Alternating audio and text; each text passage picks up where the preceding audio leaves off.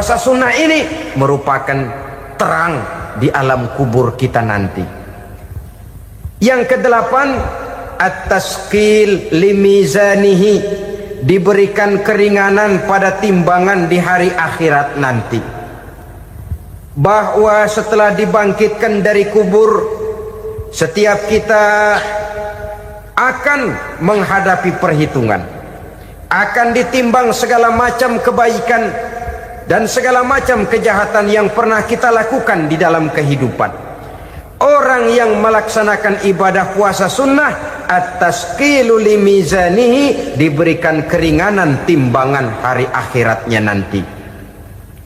Yang kesembilan, an-najah minal bala, diberikan keselamatan dari segala macam bencana. Dan yang ke-10, as-su'ud ala darajatihi, diberikan ketinggian, naik derajatnya, derajat di dunia, lebih-lebih lagi derajat di akhirat nanti.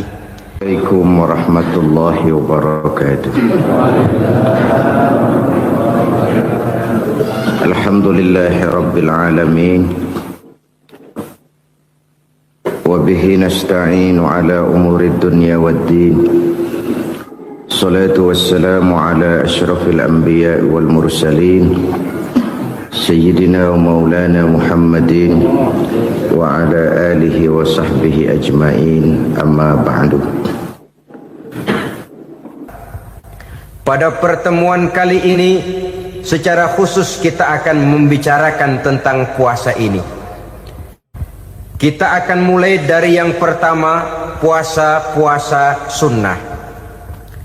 Sebagaimana yang kita maklum, sunnah adalah satu perbuatan yang apabila kita kerjakan berpahala, tapi apabila kita tinggalkan tidak merupakan dosa. Hanya saja ia merupakan barometer dan ukuran daripada orang-orang yang cinta kepada sunnah itu sendiri. Ada banyak jenis puasa sunnah ini.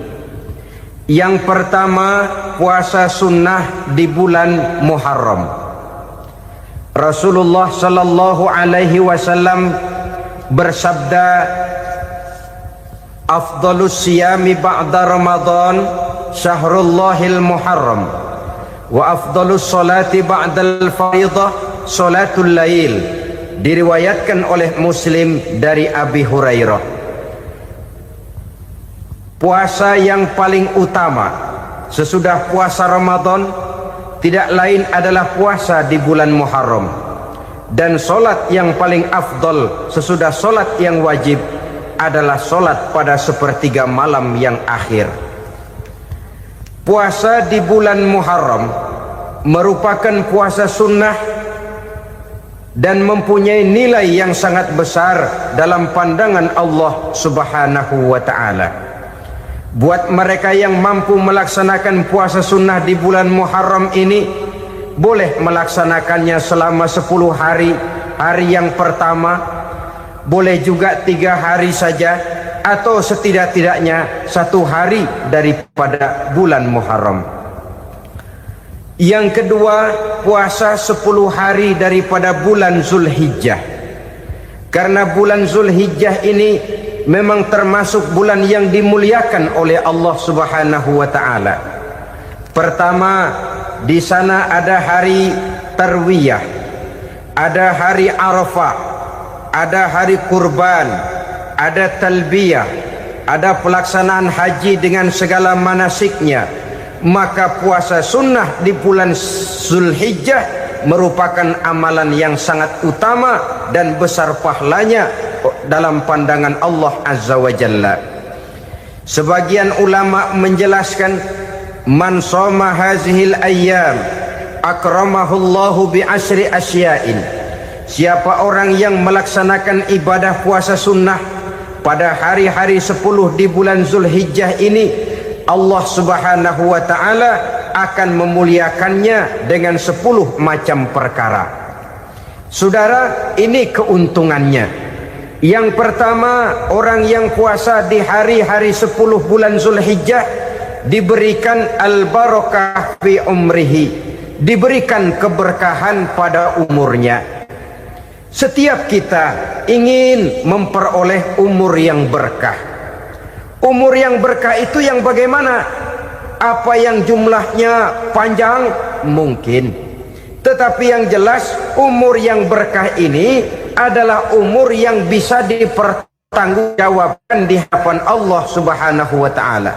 Artinya umur yang diisi penuh dengan kebajikan, umur yang diisi dengan segala macam kegiatan ibadah, dan umur yang dengan demikian sungguh pun kita sudah mati, jasad terkubur dalam tanah, nama kita akan tetap hidup, dikenal orang oleh karena kebajikan yang kita kerjakan. Saya kira akan lebih merupakan azab ketimbang nikmat kalau orang diberikan umur panjang tapi hanya untuk menumpuk-numpuk dosa saja. Kan lebih baik mana? Umur pendek banyak pahala, umur panjang banyak dosa. Lebih baik mana? Saya yakin yang paling baik tentu umur panjang banyak pahala. Paling sial umur pendek dosa melulu.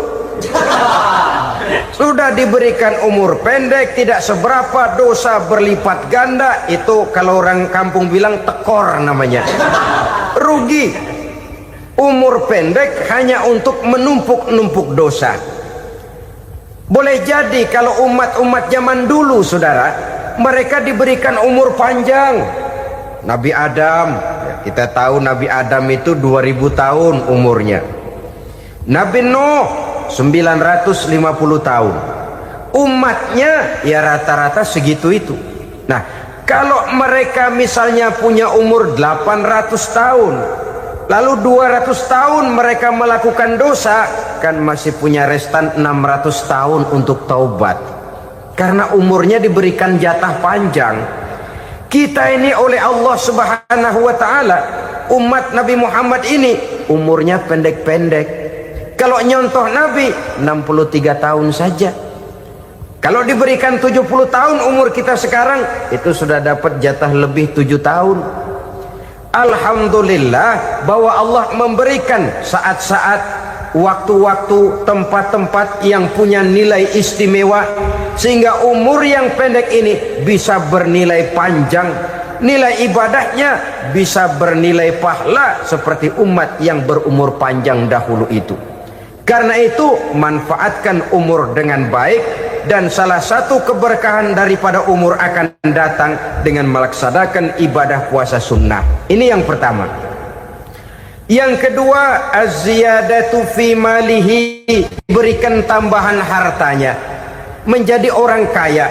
Kaya apa? Kaya hati setidak-tidaknya. Karena dengan tekun dan rajin melaksanakan ibadah puasa, yang segera tertanam dalam jiwa seseorang merasakan cukup di dalam kehidupan. Itulah dia orang yang paling kaya, orang yang hidupnya paling cukup. Kalau orang sudah merasa cukup dalam hidupnya, maka itulah dia orang yang kaya. Saudara-saudara kaum muslimin rahimakumullah, puasa sunnah memberikan tambahan harta, usahanya berkembang, dengan demikian membawa keberkahan, hartanya makin bertambah, akan menunjang ibadahnya kepada Allah, lebih memantapkan dan membawa ketenangan dalam hidupnya. Itu termasuk berkahnya melaksanakan puasa sunnah itu. Yang ketiga, al-hifzu fi iyalihi, diberikan penjagaan, perlindungan terhadap keluarganya, anaknya sehat, sanak famili dan handai tolannya terjaga dan terpelihara dari segala malapetaka, dari segala mara bahaya, kesehatannya terjamin dan terpelihara. Itu sudah merupakan modal yang sangat besar di dalam kita mengarungi kehidupan. Sebab rasanya sulit untuk bahagia, duit kita banyak sekali, usaha kita selalu mendatangkan untung yang berlipat ganda.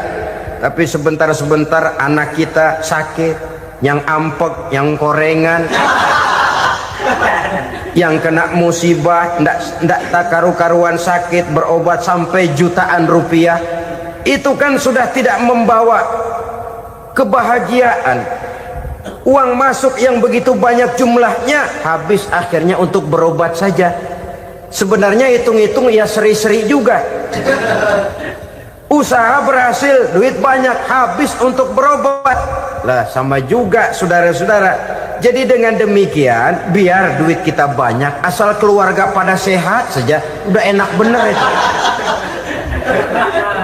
Duit banyak, ekonomi cukup, keluarga sehat, nikmat rasanya menjalani kehidupan ini. Yang kiamat sudah duit kagak barang seperak, keluarga ampek semua. Kiamat sudah.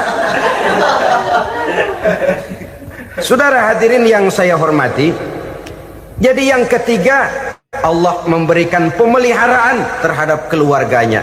Satu kali orang dipelihara Allah, tidak satu kekuatan pun yang bisa mencelakakan. Satu kali orang disengsarakan Allah, tidak satu tenaga pun yang mampu menyelamatkannya. Itulah sebabnya perlindungan Allah, pemeliharaan Allah terhadap diri dan keluarga sangat kita perlukan di dalam kehidupan ini. Dengan melaksanakan ibadah puasa, kita mendekatkan diri kepada Allah. Dengan dekat kepada Allah, maka Allah pun dekat kepada kita. Sehingga dalam hadis qudsi dikatakan, ta'arraf ilallahi firraha ya'rifka fi syiddah. Ingatlah kepada Allah di waktu kamu senang, agar Allah ingat kepada kamu di waktu kamu susah. Yang kita laksanakan kadang-kadang sebaliknya. Waktu susah kita ingat Allah, waktu senang kita lupa Allah. Akhirnya nanti pada waktu kita melarat, kebelangsak, susah dan sebagainya, pertolongan tidak akan datang kepada kita. Benar, ta'arraf ilallah firraha ya'rifka fi syiddah. Ingatlah kepada Allah di waktu kamu susah, ingatlah kepada Allah di waktu kamu senang, agar Allah ingat kepadamu di waktu kamu mendapat kesusahan. Umumnya watak manusia memang kalau sudah dapat susah, ingat kepada Allah. Waktu duduk, waktu berbaring, sambil tidur, dalam segala keadaan Allah disebutnya, Allah dimintakan pertolongannya. Tapi dikala dia berada pada posisi di atas angin, merasa senang, bahagia, Allah terlupakan. Saudara-saudara kaum muslimin, itu yang ketiga. Yang keempat, at-takfiru li sayyiatihi. Orang yang melaksanakan puasa sunnah itu diampuni segala dosa dan kesalahan yang telah dilakukannya. Dan yang kelima, at-tad'ifu li hasanatihi, diberikan balasan yang berlipat ganda dari segala kebaikan yang dikerjakannya.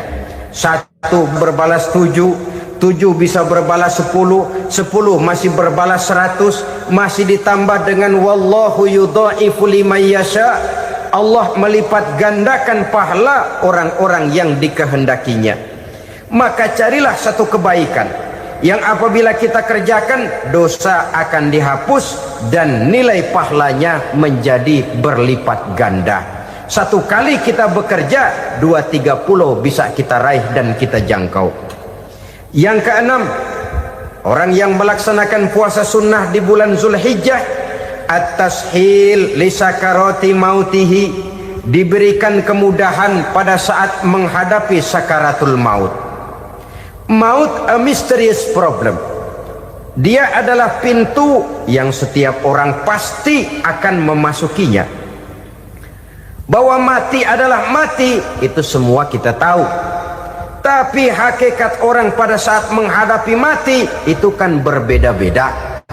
Ada yang matinya itu gampang sekali, persis orang tidur saja, tidak nampak gelisah, tidak bikin susah yang hidup, tidak gelimpangan di tempat tidur, persis seperti orang mau tidur saja. Ada yang sulit sekali menghadapi sakaratul maut, gelimpangan di tempat tidur, bikin bingung orang yang nunggu.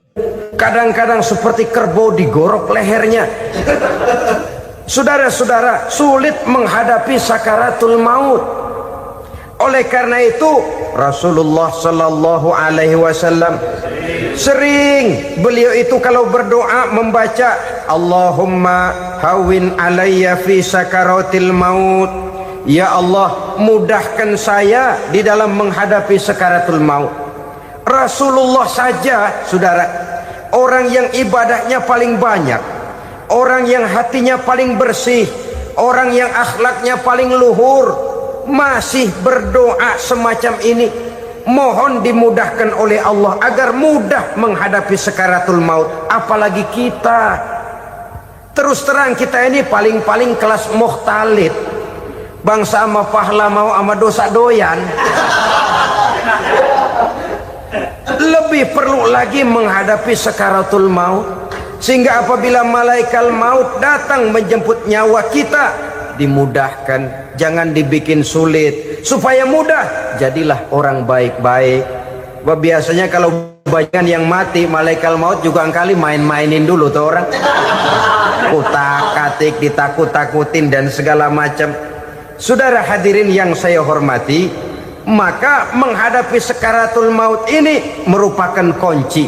Apakah seseorang bisa husnul khatimah atau bisa su'ul khatimah? Salah satu jalan untuk memudahkan diri menghadapi sakaratul maut, melaksanakan puasa sunnah di bulan Zulhijjah ini. Yang ketujuh, ad-diya'u li zulumati qabrihi, diberikan terang di alam kuburnya.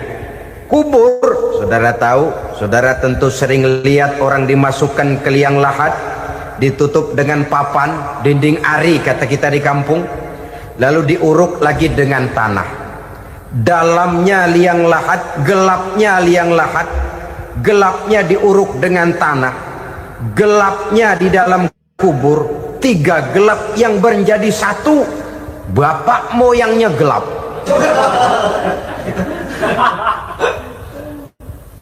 Puasa sunnah ini merupakan terang di alam kubur kita nanti.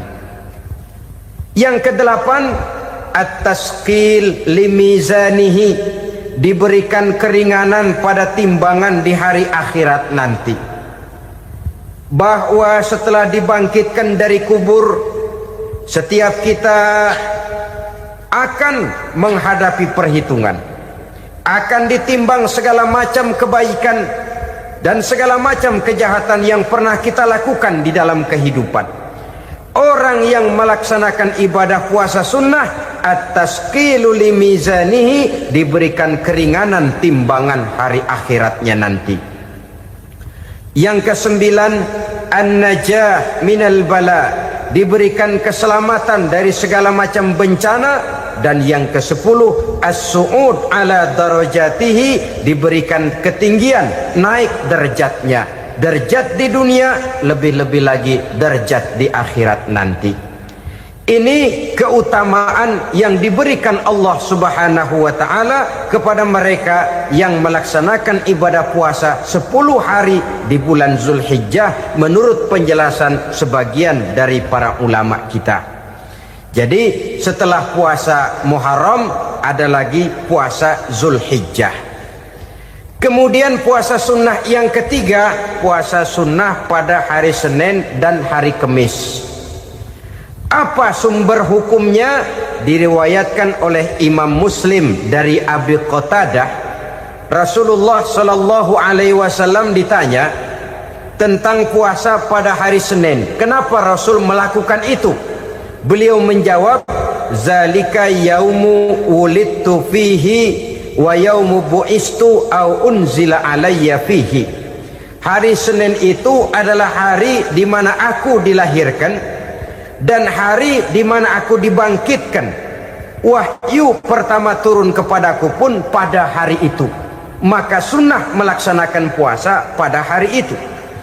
Adapun hari Kamis, ada hadis yang diriwayatkan oleh Imam Turmuzi dari Abi Hurairah, Nabi bersabda, tu'radul a'malu yaumul isnaini wal khamisi fa uhibbu an yu'radu amali wa ana sha'im. Disetor amal setiap manusia pada hari Senin dan pada hari Kamis. Maka aku ingin, kata Nabi, agar pada saat amalku disetor itu aku sedang puasa. Jadi malaikat itu menurut riwayat ini mencatat dan menyetorkan catatan amalan seseorang pada hari Senin, hari Kamis. Tiap hari Senin amalan kita disetor oleh malaikat. Catatan terakhir tentu yang sedang kita kerjakan, sehingga yang masuk daftar, saya tinggalkan orang ini, dia sedang puasa, karena naik catatan amalnya pada hari Senin. Kamis diangkat lagi, catatan paling akhir, saya tinggalkan orang ini, dia sedang puasa. Itu makna fa uhibbu ayyurada amali wa ana shaim. Aku senang kalau pada saat amalku disetor, catatan paling akhir aku lagi puasa. Satu keistimewaan. Alangkah celaka tiap amalan disetor kita sedang berbuat jahat. Senin, Kemis, teler, mabok, judi. Tiap amalan disetor, catatan akhirnya saya tinggalkan si fulan lagi teler. Laporan Senin. Kemis laporan lagi, saya tinggalkan si fulan lagi mirit kartu. Saudara hadirin yang saya muliakan, alangkah jeleknya catatan kita. Oleh karena itu sunnah puasa pada hari Senin dan hari Kamis. Ini amalan sunnah, saudara-saudara. Dan oleh karena ini amalan sunnah, sebagian ulama memberikan penjelasan, walaupun lupa niat, kalau sudah malam itu lupa niat, boleh niatnya sudah siang puasa sunnah ini, dengan catatan dari pagi belum makan apa-apa. Malam saudara lupa, tahu-tahu ingat ini hari Senin, ini hari Senin, dah jam 10, niatlah jam 10 itu, sah puasanya asal dari pagi belum makan apa-apa. Tapi kalau sudah dapat 2 piring baru niat jam 10, itu lain, ngojek namanya. Jadi puasa sunnah yang ketiga, puasa pada hari Senin dan hari Kamis. Yang keempat, puasa jenis sunnah yang keempat, puasa 6 hari di bulan Syawal. Diriwayatkan oleh Imam Muslim dari Abi Ayyub bahwa Nabi bersabda, "Man shoma Ramadhana summa atba'ahu sittan min Syawal kana kasyamid dahri."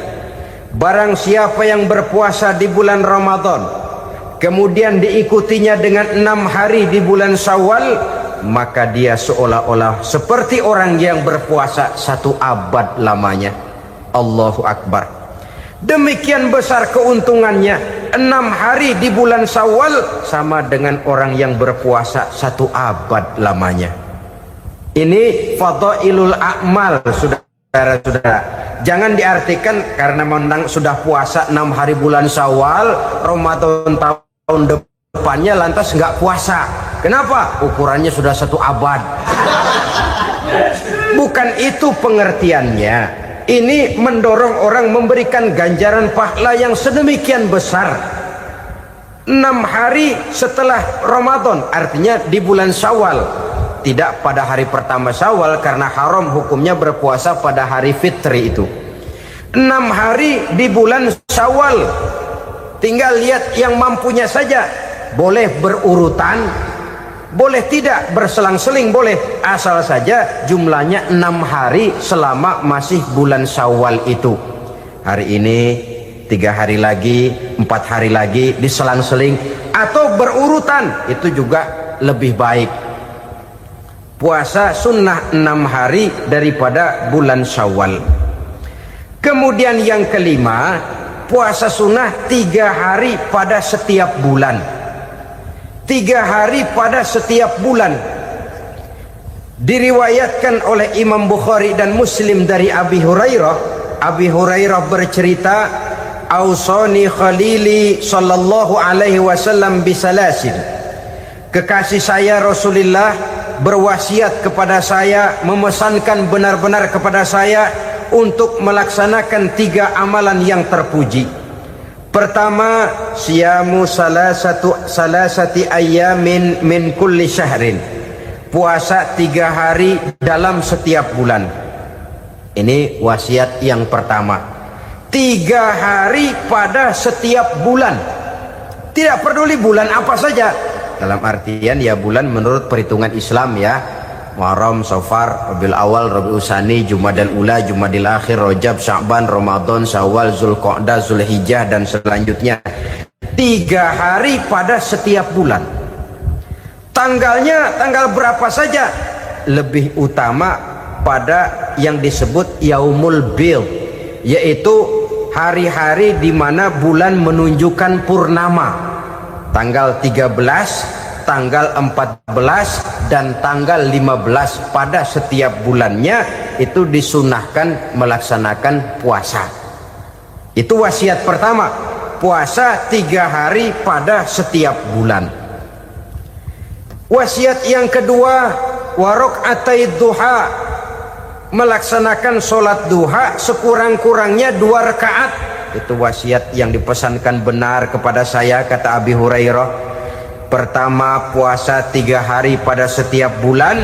Yang kedua, usahakan jangan meninggalkan 2 rakaat minimal daripada sembahyang duha. Kita tahu sembahyang duha itu sembahyang sunnah di waktu pagi seketika matahari naik sepenggalahan. Sekurang-kurangnya 2 rakaat, sebanyak-banyaknya 8 rakaat. Di antara fadilah atau keutamaan daripada sholat duha ini yaitu menyangkut masalah rezeki dan usaha. Kemudian wasiat yang ketiga, wa an utira qabla an anama. Beliau sangat berwasiat kepada saya untuk sholat witir sebelum tidur. Artinya sholat malam sebagai amalan sunnah di dalam kehidupan kita.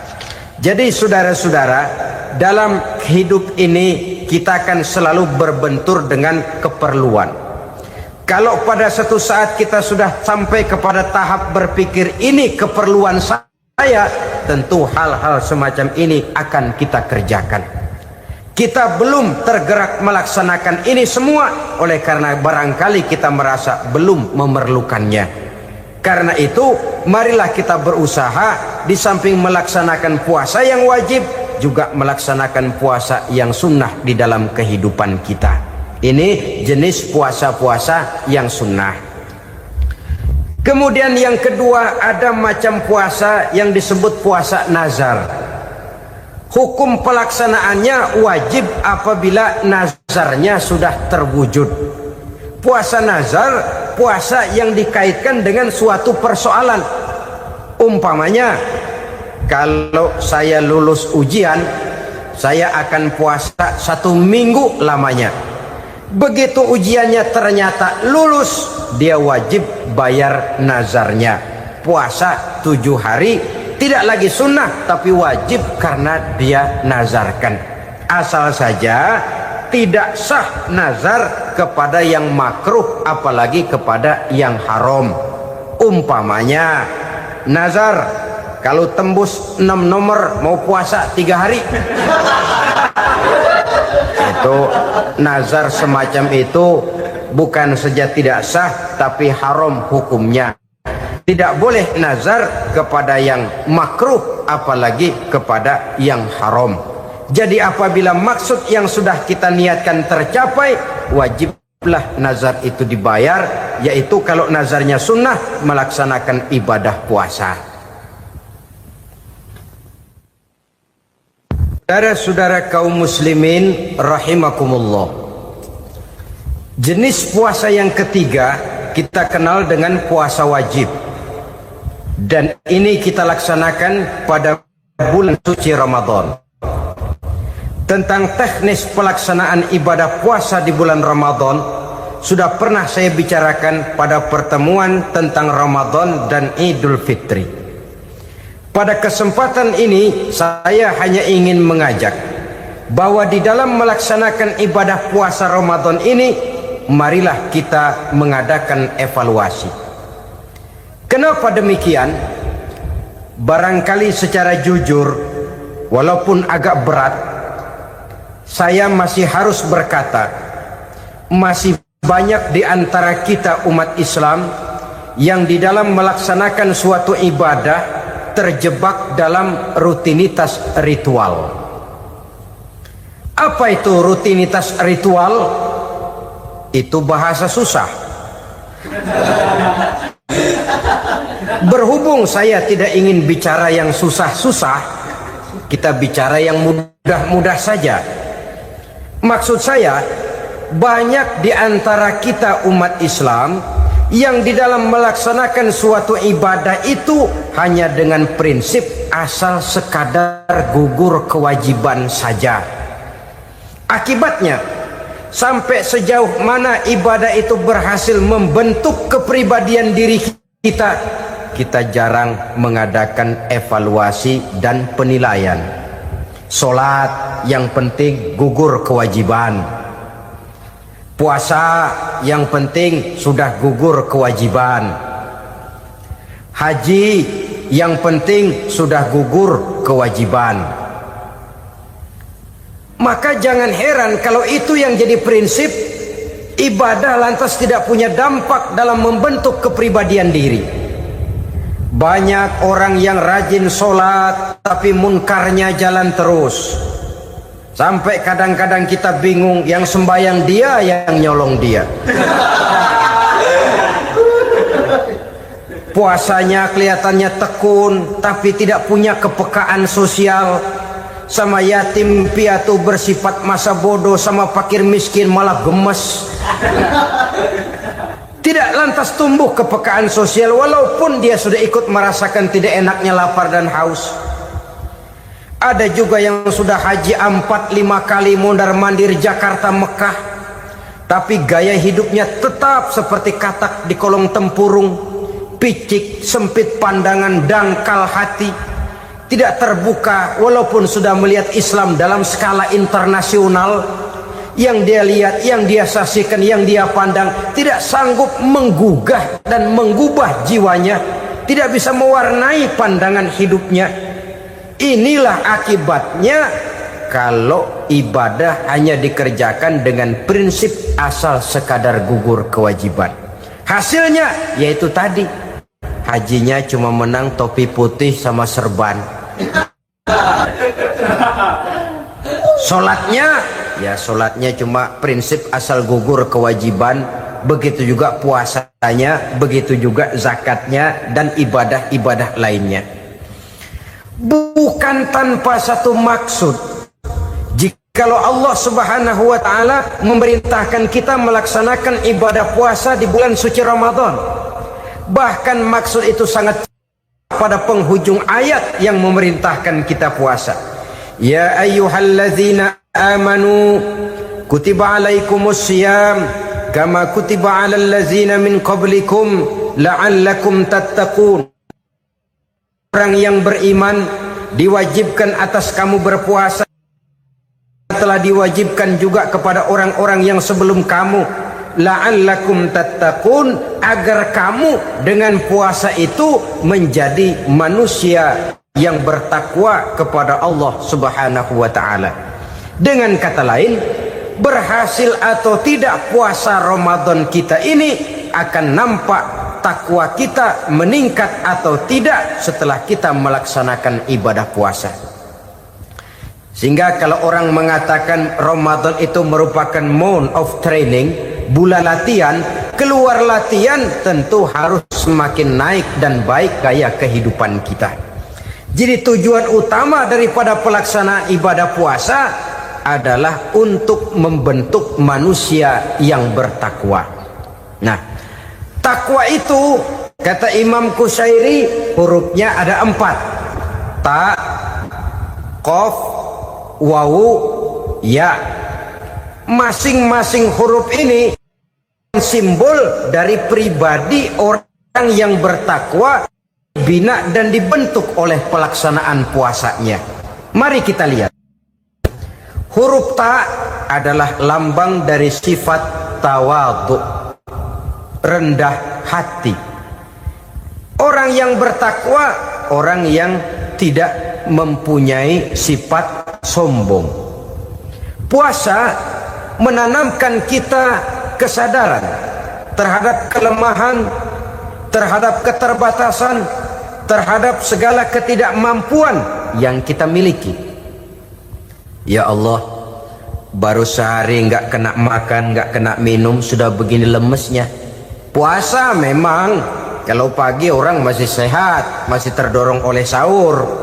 Siang masih lumayan, tapi zuhur ke atas biasanya mulai sikap lemah manusiawi, keterbatasan kekuatan biologis itu mulai nampak. Dari sini tanam satu kesadaran. Kalau begitu apa yang mau disembuhkan di hadapan Allah? Kaya, siapa sih orang paling kaya? Ilmu, siapa sih orang paling pintar? Pangkat, siapa sih orang paling tinggi jabatannya? Dari sifat semacam ini lahir introspeksi, rasa mawas diri, timbul sifat tawaduknya, rendah hatinya, tidak melonjak menjadi angkuh dan sombong lantaran sedikit kemampuan dan kekuatan yang dimilikinya.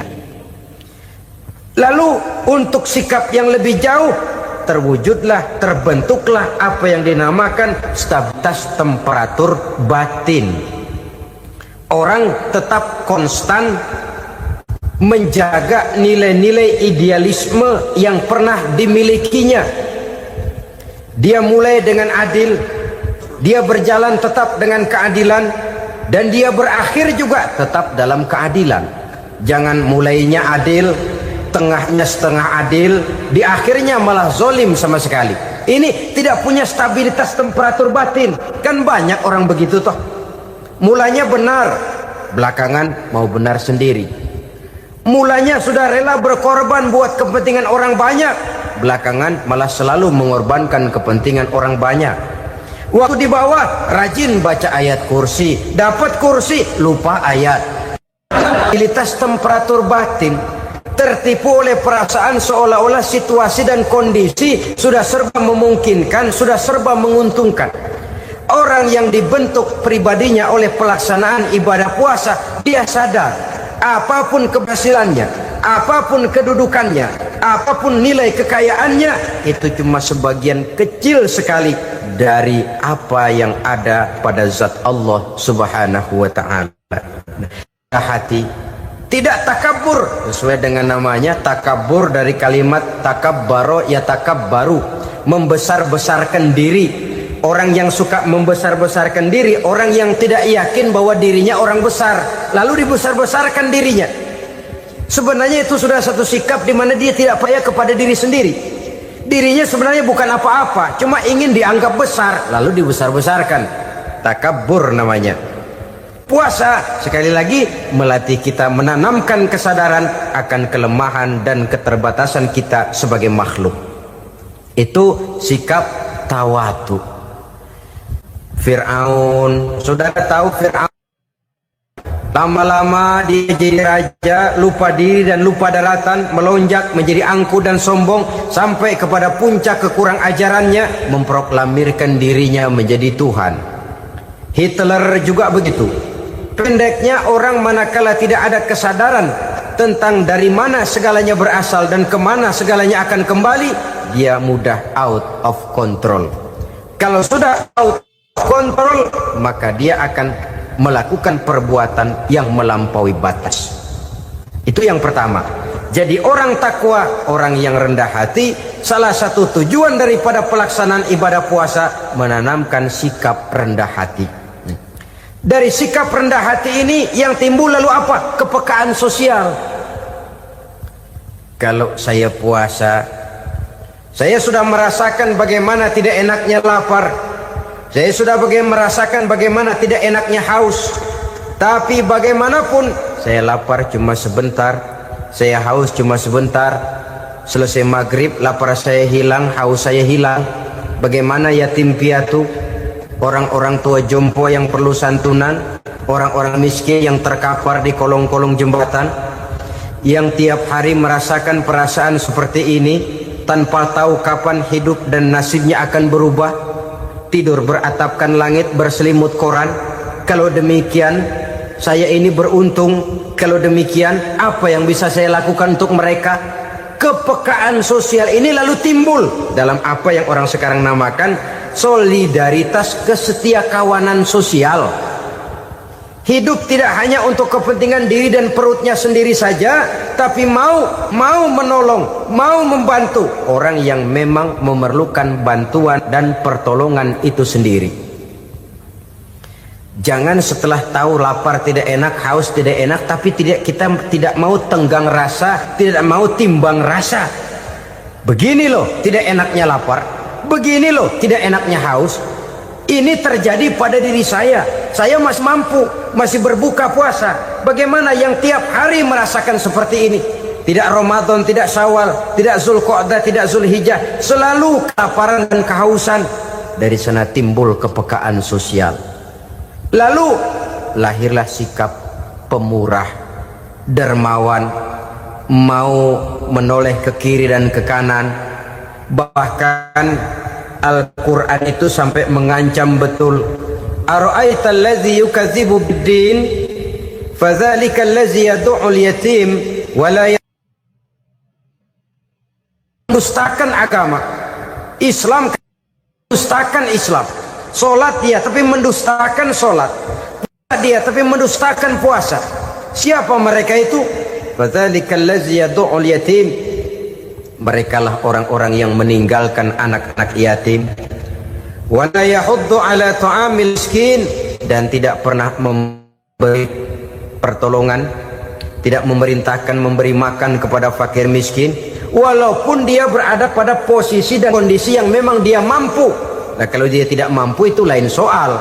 Dia mampu, dia tahu, dan dia diam saja, itu termasuk yukadzibu biddin, orang-orang yang mendustakan agama. Berlindung kita kepada Allah, jangan sampai termasuk ke dalam kelompok itu. Yang kedua saudara, huruf takwa itu qaf. Qaf adalah lambang dari sifat qanaah. Qanaah artinya merasa cukup. Puasa melatih kita untuk bersikap cukup dalam hidup. Kalau kita perturutkan menjelang saat berbuka, menunggu waktu berbuka, istilah orang di Jawa Barat ngabuburit katanya, kita menunggu saat berbuka, segalanya saja ingin kita beli, segalanya saja ingin kita minum, semuanya saja ingin kita makan, sebab nafsu sudah begitu berupa. Perut sudah sedemikian lapar, kerongkong sudah sedemikian haus, rasanya semuanya saja ingin kita telan. Tapi tahukah kita bahwa setelah maghrib berbunyi, berapa banyak yang kita makan, berapa banyak yang kita minum? Sesuaikah dengan keinginan kita tadi siang? Tadi siang semuanya ingin kita makan, tadi siang semuanya ingin kita minum. Setelah berbuka, berapa banyak yang kita makan, berapa banyak yang kita minum? Itulah kehidupan. Segalanya ingin kita kuasai, segalanya ingin kita punyai, tapi berapa sih yang benar-benar kita perlukan? Maka orang kaya adalah orang yang hidupnya cukup. Orang miskin hakikat yang selalu merasa kurang. Bagaimanapun besar rumah, banyak uang kita, berpuluh kendaraan kita, kalau hidup selalu merasa kurang, itu artinya kita masih miskin. Maka jikalau ingin menjadi orang kaya, kuncinya hakikatnya cuma satu, hati kita merasa cukup dengan yang diberikan Allah, bersyukur atas segala nikmatnya, dan dengan syukur itu, nikmat itu akan ditambah oleh Allah Subhanahu wa ta'ala.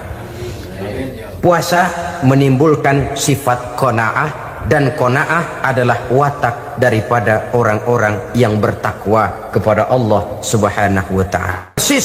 Seperti orang minum air laut, makin diminum makin haus, makin diminum makin kering tenggorokan. Begitulah orang berhadapan dengan materi. Tadinya dia akan senang kalau dia merasa punya tanah ratusan hektar. Sudah ratusan hektar tidak cukup, ngelamun lagi, alangkah nikmatnya kalau bisa beli gunung. Gunung dibeli, sudah punya gunung, lihat laut, aduh kalau laut juga bisa dibeli, beli lagi laut. Sudah punya laut, lihat ke atas langit, ada yang jual apa enggak ya?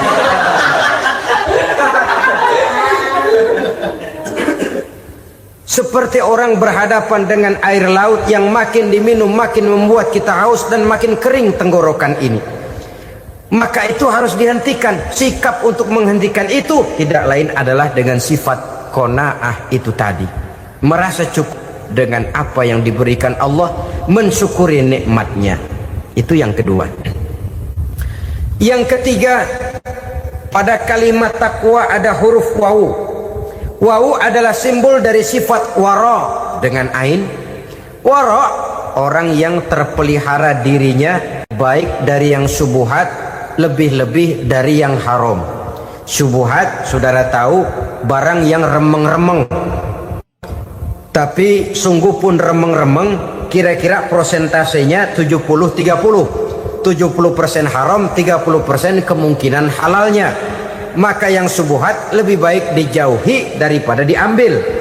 Orang yang punya kepribadian wara, dirinya terpelihara, jangankan dari yang haram, dari yang syubhat saja dia sanggup menjaga dan memelihara dirinya. Oleh karena itu saya heran kalau orang di bulan Ramadan dia sanggup menjaga diri di waktu siang dari jenis makanan yang halal, dari jenis minuman yang haram. Ada tahu nganggur di meja siang, enggak dia makan. Ada air teh nganggur di meja siang, enggak dia makan, padahal itu jenis makanan dan minuman yang halal. Tapi ketika datang maghrib, dia berbuka dengan makanan yang dibeli dari uang yang dihasilkan dengan cara yang haram. Bukankah itu sesuatu yang terbalik? Bukankah dengan demikian sudah tidak lagi menimbulkan sikap yang bisa memelihara dan menjaga kepribadian diri? Orang yang membiasakan diri terpelihara dari yang syubhat apalagi yang haram, maka baik yang dipakainya, yang diminumnya, yang dimakannya terdirilah dari barang-barang yang baik yang dihalalkan oleh agama. Wara. Kemudian yang keempat, pada huruf kalimat takwa ada huruf yakin. Huruf ya simbol dari sifat yakin. Orang yang puasa dibentuk kepribadiannya mempunyai satu keyakinan yang tangguh, dan keyakinan adalah ciri daripada orang yang takwa. Kita lihat yang dipanggil melaksanakan ibadah puasa ini kan iman. Karena memang sulit untuk melaksanakan puasa kalau tidak iman yang jadi dasar. Setidaknya seperti sudah pernah saya sampaikan, ibadah puasa ini memang sulit terkena penyakit show. Kalau kita sholat barangkali terangsang karena kelihatan orang lain. Kalau kita pergi haji mungkin jadi sugesti karena orang banyak tahu. Kalau kita bayar kita jadi terangsang karena banyak orang lihat. Tapi kalau sudah puasa, puasa itu kan yang tahu cuma kita dan Allah saja. Ya kita sholat, orang lain lihat, kita jadi rada semangat. Kita pergi haji, orang lain banyak ngantar, kita semangat. Kita bayar zakat, orang lain banyak saksikan, kita bersemangat. Tapi kita puasa, siapa yang mau nyaksiin kita puasa? Siapa yang mau memuji kita puasa? Siapa yang mau menyanjung kita puasa? Itu cuma urusan kita dan Allah. Oleh karenanya dasar daripada pelaksanaan ibadah yang haus mencetik tenggorokan segalanya jadi nikmatan. Tidak ada kerja yang lebih indah selain kerja yang didasarkan kepada satu keyakinan bahwa yang kita kerjakan itu adalah sesuatu yang benar. Dalam hal ini sesuatu yang diperintahkan oleh Allah Subhanahu wa taala kepada kita. Saudara-saudara kaum muslimin rahimakumullah. Demikianlah titik evaluasi kita. Jangan berpuasa hanya dengan prinsip asal sekadar menggugurkan kewajiban saja, yang akan berakibat Ramadan tahun ini berakhir begitu, Ramadan terjebak menjalani rutinitas ritualnya saja. Bahkan kadang-kadang yang nyata betul, Nabi menganjurkan tingkatkan ibadah pada 10 hari yang akhir di bulan Ramadan, tanggal 20 sampai akhir Ramadan. Yang kita praktekkan malah kegiatan ibadah kita justru menurun pada 20 Ramadan yang akhir. Coba lihat 20 Ramadan ke atas, itu pasukan tarawih paling kelas 60-70 tahun ke atas. Kemana yang lain sudah berpikir menghadapi lebaran, berpikir pulang mudik, berpikir macam-macam. Akibatnya konsentrasi ibadah lalu buyar. Dianjurkan Rasul, tingkatkan ibadah pada 10 hari yang terakhir. Kita malah makin ke akhir makin lancip.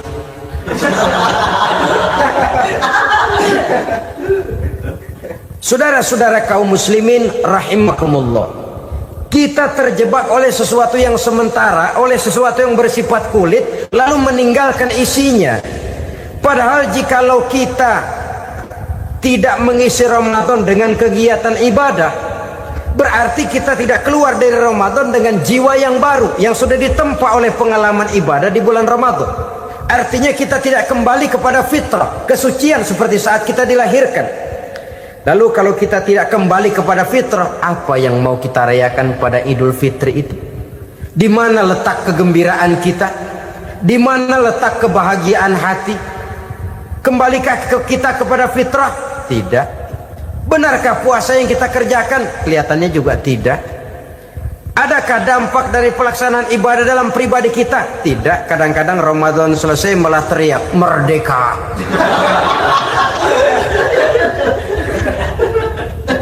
Kalau tadinya Ramadan dia merasa terhalang, mau keluar siang, mau makan siang, bulan puasa, mau minum siang, bulan puasa, mau gandengan, bulan puasa. Ramadan selesai, kibarin bendera, teriak merdeka. Lalu kembali merajalela. Saudara-saudara, dampaknya tidak akan kelihatan. Padahal puasa yang baik, la'allakum tattaqun, membentuk manusia yang bertakwa kepada Allah Azza wa Jalla. Nah, sekarang apa kemudahan dan keistimewaan yang akan diberikan Allah kepada mereka yang sampai kepada tingkat takwa ini? Al-Quran menjelaskan, pertama, may yattaqillaha yaj'al lahu makhraja. Barang siapa yang bertakwa kepada Allah Subhanahu wa taala, maka dia akan diberikan makhraja.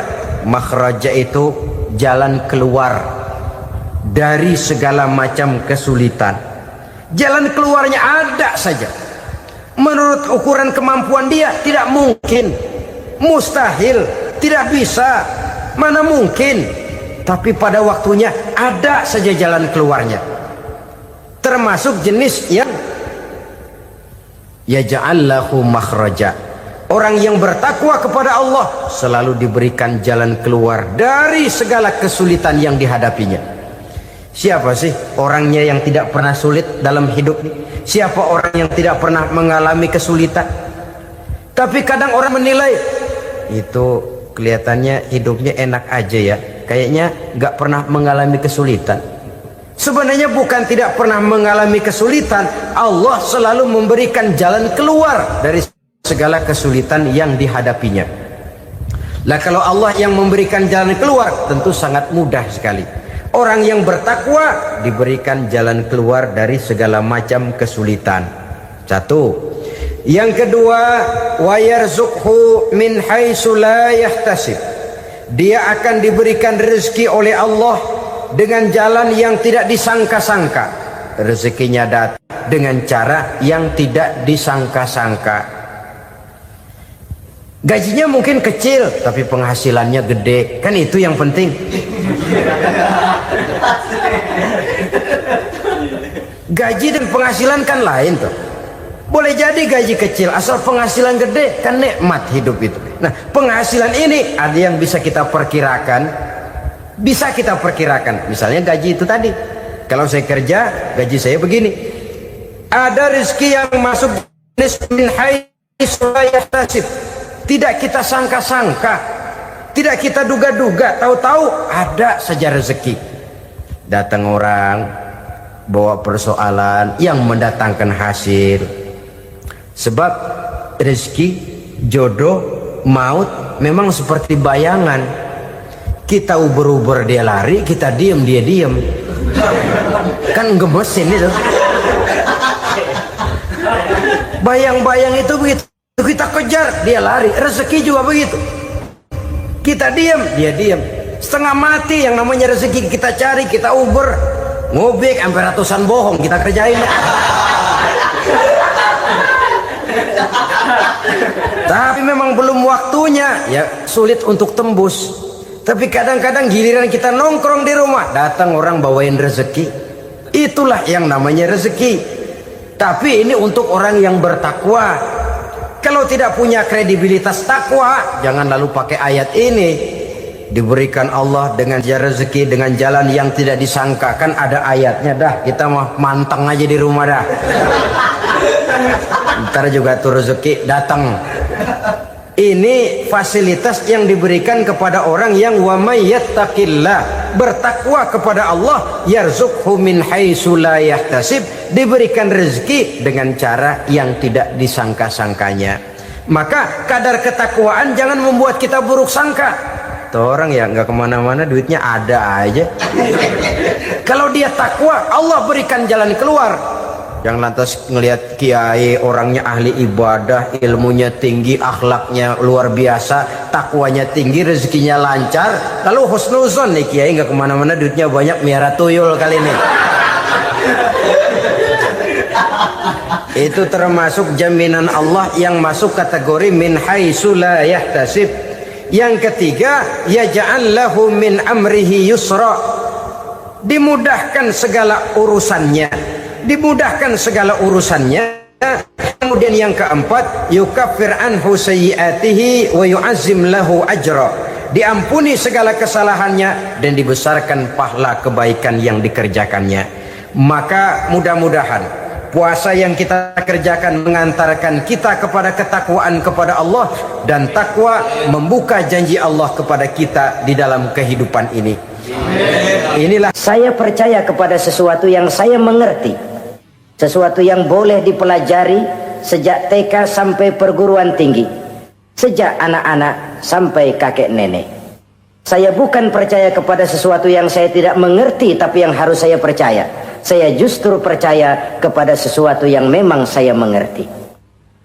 Saudara-saudara, demikianlah bahwa Tuhan dalam Islam adalah Tuhan yang terbuka, rasional, boleh dipelajari sejak kakek-kakek sampai anak-anak, sejak TK sampai kepada perguruan tinggi. Lalu yang kedua, masih menurut kata dia, saya adalah pengagum Amerika, dia bilang, sebagai penegak hak-hak asasi manusia, sebagai pahlawan demokrasi yang pagi-pagi sudah mencanangkan di dalam dia punya Declaration of Independence bahwa semua manusia dilahirkan sama, all men are created equal. Saya kagum dengan itu. Sampai pada satu saat, menurut cerita dia, saya berada di New York, saya mau masuk sebuah restoran, saya tertegun ketika saya akan masuk. Di pintu restoran itu tertulis white only, white only, hanya melayani kulit putih. Artinya sing kulit ireng minggir. Saya gelo, saya nelongso, bahasa Inggrisnya. Katanya all men are created equal, semua manusia dilahirkan sama. Lah ini kok tegel-tegele, kok sampai hati bikin tulisan hanya melayani kulit putih. Sampai saya melihat dalam Islam ini betapa si kulit putih dan si kulit hitam duduk saling berdampingan. Masjid menjadi simbol semangat kebersamaan mereka. Siapapun masuk masjid, buka sepatu. Di sana mereka menghadap ke arah yang sama, menyembah Allah Tuhan yang sama, mengikuti cara Rasul yang sama, melakukan gerak yang sama, membaca bacaan yang sama, dengan bahasa yang sama. Persaudaraan seperti inilah yang lama saya dambakan. Ini kenapa saya memilih Islam. Saudara-saudara kaum muslimin, saya ingin menggunakan cerita ini sebagai pengantar bahwa salah satu misi Islam memang membebaskan manusia dari ras diskriminasi. Nabi menyatakan, innallaha la yanzuru ila suwarikum wa amwalikum, walakin yanzuru ila qulubikum wa a'malikum. Sungguh Allah tidak melihat tampangmu, Allah tidak melihat potonganmu, Allah juga tidak melihat hartamu. Yang Allah lihat adalah hati dan amal perbuatanmu. Islam membebaskan manusia dari ras diskriminasi.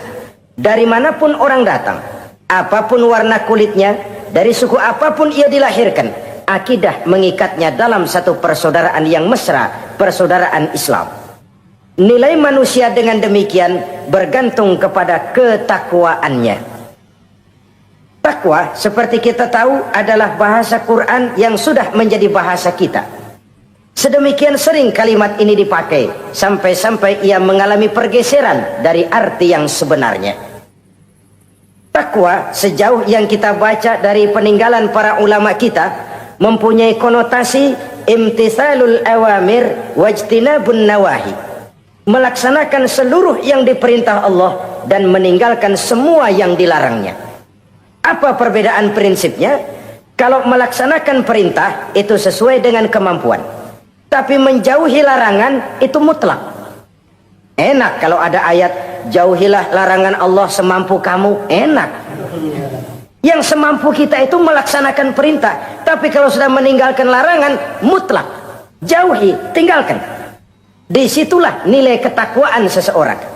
Ini kan enggak, karena takwa digunakan oleh semua orang, akhirnya artinya bergeser, semua ngomong takwa. Pejabat kalau dilantik bertakwa, bertakwa, bertakwa, sampai membleh bertakwa. Setelah pelantikan takwa ngalor dia ngidul. Harus dikembalikan kepada pengertian asalnya. Takwa itu adalah komitmen seseorang kepada perintah Allah dan komitmen meninggalkan yang dilarangnya sesuai dengan kemampuan. Di situ nilai manusia dalam pandangan Allah. Yang tadi Nabi katakan, Allah nggak lihat potongan kita, Allah nggak lihat harta kita. Yang Allah lihat adalah hati dan amal perbuatan, dan itulah takwa itu. Maha benar Allah dengan firman-Nya yang menyatakan, inna akramakum indallahi atqakum. Yang paling mulia di antara kamu dalam pandangan Allah adalah orang yang paling bertakwa kepadanya. Sering sekali sekarang ini kalimat agama digunakan untuk maksud yang tidak sama dengan maksud agama. Ya contoh kalimat takwa ini. Atau misalnya kita baca iklan, telah berpulang ke rahmatullah dengan tenang. Kalau dengan tenangnya sih boleh dah, mana ada orang mati kelojotan. Tenang. Tapi ke rahmatullah. Rahmatullah itu kan artinya kasih sayang Allah. Kasih sayang Allah itu kan surga. Kalau bajingan mati, enggak ke rahmatullah pulangnya. Kalau mau jujur mestinya telah pulang ke neraka. Kalau mau jujur, kalau mau pakai bahasa netral sopan, telah berpulang. Begitu sajalah. Pulang kemana? Ya sesuai dengan amalan dia. Tapi kita kadang salah kaprah menggunakan kalimat rahmatullah untuk yang tidak baik. Termasuk di dalamnya penggunaan kalimat takwa ini. Padahal disinilah nilai manusia dalam pandangan Allah. Kalau manusia dinilai dari potongannya, oh bintang film nomor 1 masuk surga. Kalau manusia dinilai dari hartanya, konglomerat nomor 1, kita mau belakangan, buncit banget gitu. Allah maha benar. Yang paling mulia di antara kamu dalam pandangan Allah, yang paling bertakwa kepadanya. Nah, apa sih sifat-sifat orang takwa itu? Ini yang akan kita bicarakan pada pertemuan kali ini.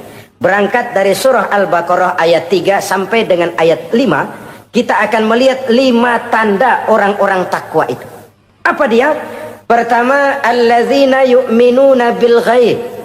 Orang yang bertakwa adalah orang yang beriman kepada hal-hal yang gaib.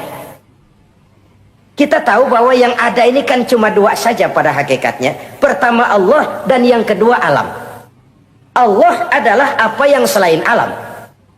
Yang selain alam itu ya Allah namanya. Allah itu bukan alam, dan alam bukannya Allah. Allah disebut Khalik, alam disebut makhluk. Kemudian alam ini kan ada 2 macam.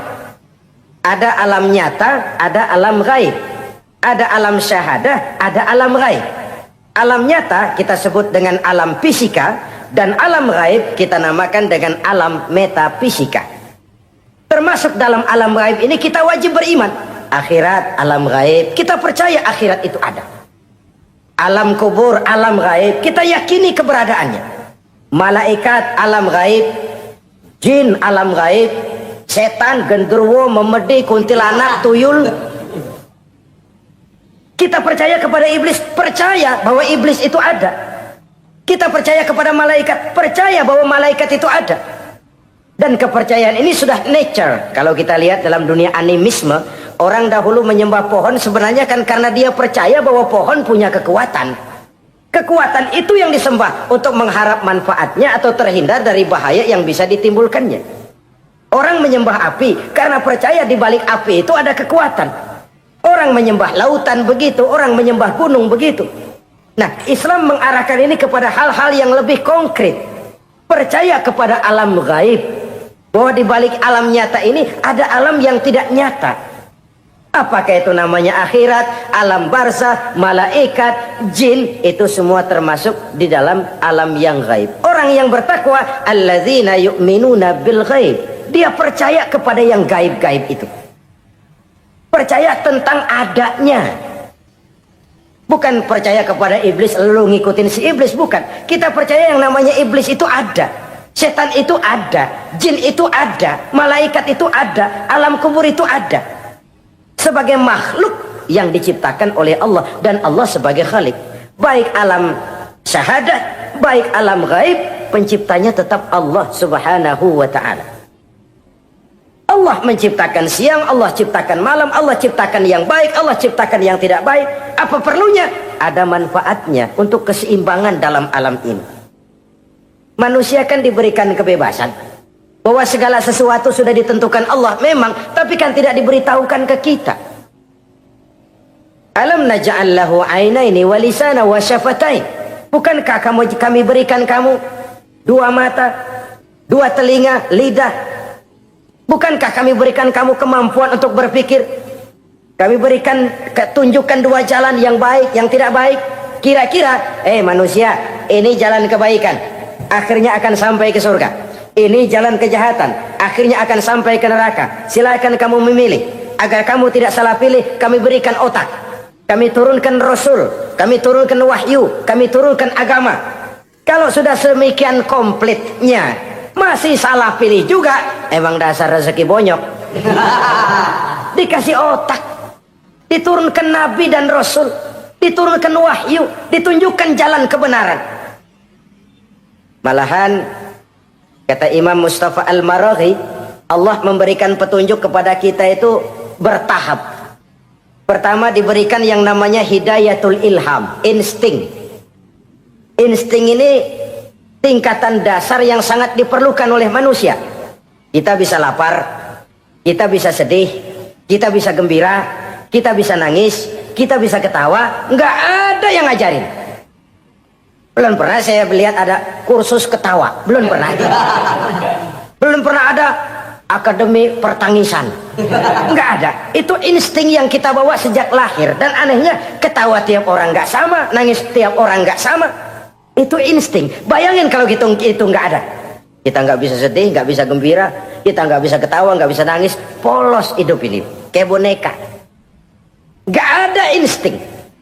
Nah, ini juga diberikan kepada binatang. Binatang kan cuma instingnya insting rendah. Binatang marah bisa marah. Tapi perasaan mulia binatang nggak punya. Kepengen dipuji, kan kagak ada binatang. Dia cuma punya perasaan-perasaan rendah. Marah. Pengen tahu kebo kita sodok. Marah dia. Perasaan rendah. Lapar, binatang punya. Kenyang, binatang punya. Tapi perasaan tinggi, binatang nggak punya. Kepengen hidup lebih baik, nggak ada. Kepengen hidup terhormat, nggak ada. Senang kalau dipuji, nggak ada. Coba dah kebo kita puji habis-habisan, diam aja dia. Waduh, lu Bo bukan main Bo, hebat bener. Ya tetap aja kebo. Atau kita caci maki, nggak bakal dia marah. Ini perasaan tinggi, ingin lebih baik, ingin lebih terhormat, senang kalau dipuji, marah kalau dicaci. Itu perasaan tinggi yang hanya diberikan kepada manusia. Manusia dipuji senang, dicaci marah. Orang kita puji walaupun wah kamu hebat bener, walaupun dia bilang ah kamu bisa aja, tapi kupingnya tetap aja mekar. Senang kalau dipuji. Insting yang rendah diberikan juga kepada binatang, tapi bukan insting yang tinggi. Ini petunjuk pertama. Dengan itu kita punya perasaan dasar untuk mengagumi, untuk sedih, untuk gembira dan sebagainya. Setelah insting kita diberikan panca indera yang kerjanya juga nggak sama. Penciuman dengan pendengaran dengan penglihatan kan nggak sama. Yang enak buat kuping belum tentu enak buat hidung. Orang buang angin kalau ditinjau dari segi bunyi enak buat kuping, Tapi hidung kan kelabakan. Kerjanya nggak sama. Panca indera ini penting sebagai kesiapan untuk melayani insting. Persiapan melayani insting. Cukupkah? Tidak. Binatang juga diberikan panca indera. Bahkan kadang-kadang panca indera binatang lebih tajam daripada panca indera manusia. Nah, lalu diberikan yang ketiga, ini yang membedakan manusia dari binatang. Apa? Hidayah berupa akal, pikiran. Dengan ini coba kita lihat. Manusia bikin rumah, burung bikin rumah. Tapi bandingkan, rumah burung dari tahun atu, ya gitu-gitu aja. Tapi rumah manusia, Masya Allah, modelnya macam-macam. Ada yang kita dari jauh nggak ngerti, ini celengan apa rumah orang ini, bundar begini. Binatang bikin rumah, manusia bikin rumah. Binatang bikin rumah dengan insting, manusia bikin rumah dengan otak. Hasilnya berbeda. Manusia tidak punya sayap, tapi dengan otaknya dia bisa terbang lebih tinggi dari burung. Manusia tidak bernapas dengan insang, tapi dengan otaknya dia bisa nyelam lebih dalam daripada ikan. Ini kelebihan manusia dari binatang, diberikan otak. Belum cukup rupanya otak, karena otak ini penemuannya relatif. Apa yang dianggap hari ini benar, besok udah nggak benar. Apa yang hari ini otaknya bilang baik, besok dia bilang jelek. Apa yang hari ini otaknya bilang katakan jelek, besok dia bilang baik. Yang relatif tidak bisa dijadikan pegangan. Maka Allah lalu memberikan yang keempat. Hidayatuddin namanya. Petunjuk berupa agama. Diberikan insting, diberikan panca indera, diberikan otak, lalu diberikan agama.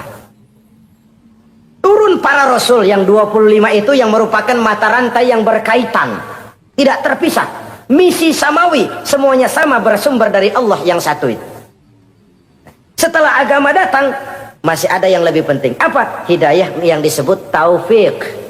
Persesuaian kehendak antara kita dengan Allah.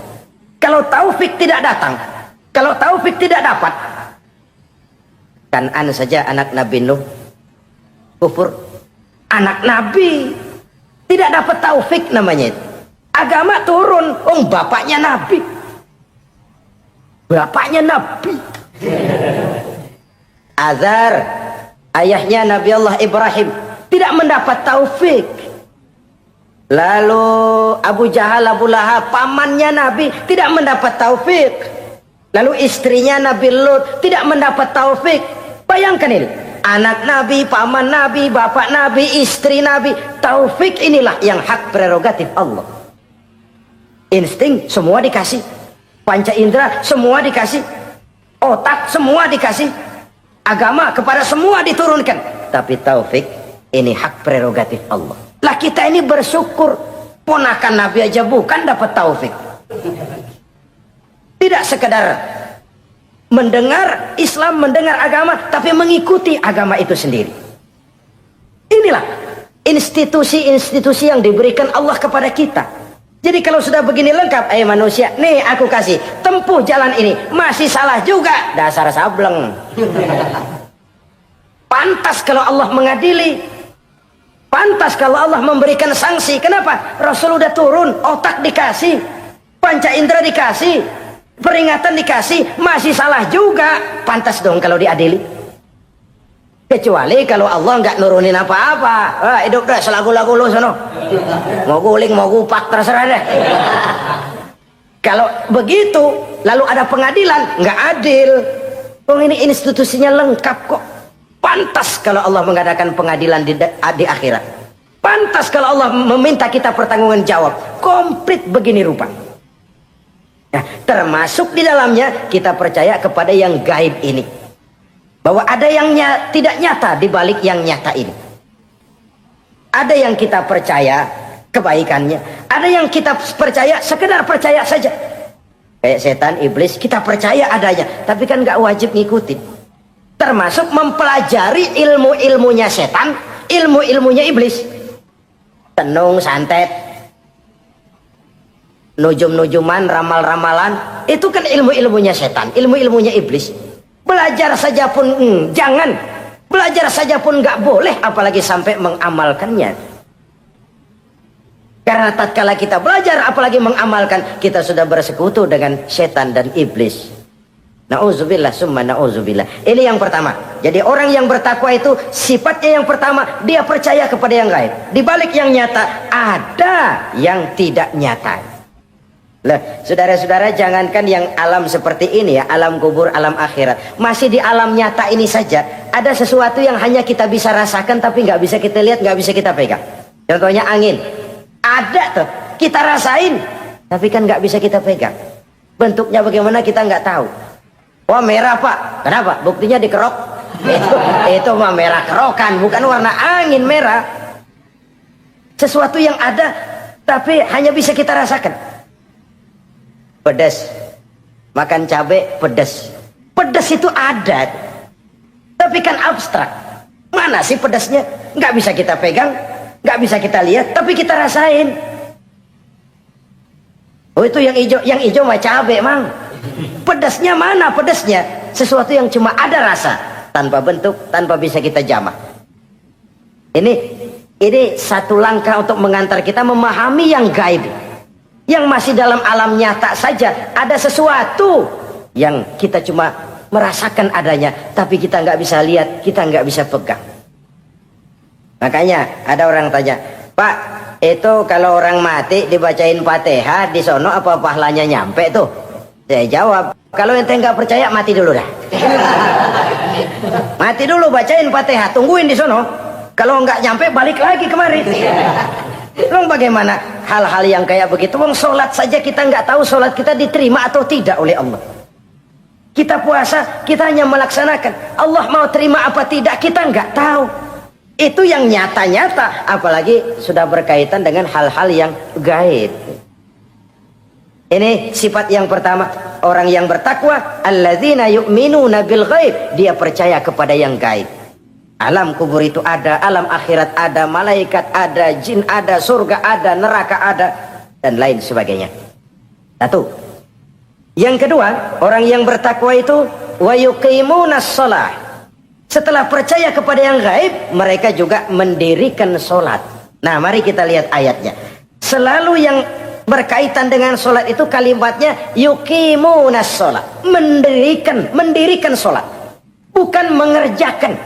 Gak ada ayat i'malis sholah, if'alis sholah, kerjakan sholat. Gak ada. Selalu aqimis sholah, dirikan sholat. Kenapa? Kata para ulama, kalimat mendirikan ini mengandung makna istimrar, mengandung arti kontinuitas, ada kelanjutan. Mendirikan sholat artinya mengerjakan sholat dengan betul. Selesai sholat, ajaran sholat diterjemahkan dalam kehidupan. Itu artinya mendirikan sholat. Nah, kalau dilihat dari sisi ini, banyak di antara kita yang sudah mengerjakan sholat tapi belum mendirikan sholat. Sebab mendirikan istimrar, ada kesinambungan. Selesai sholat, ajaran sholat diterjemahkan di tengah-tengah kehidupan bermasyarakat. Sehingga sholatnya punya refleksi, sholatnya punya bias dalam membentuk kepribadian dirinya. Ini kadang-kadang rancu, yang sembahyang dia, yang nyolong dia, yang baca Quran dia, yang fitnah orang dia, yang sedekah dia, yang nyolong dia juga. Ansip bingung bagaimana mutusinnya. Kalau mendirikan sholat mengandung arti kesinambungan, selesai sholat, ajaran sholat diterjemahkan dalam kehidupan. Apa? Banyak tentunya.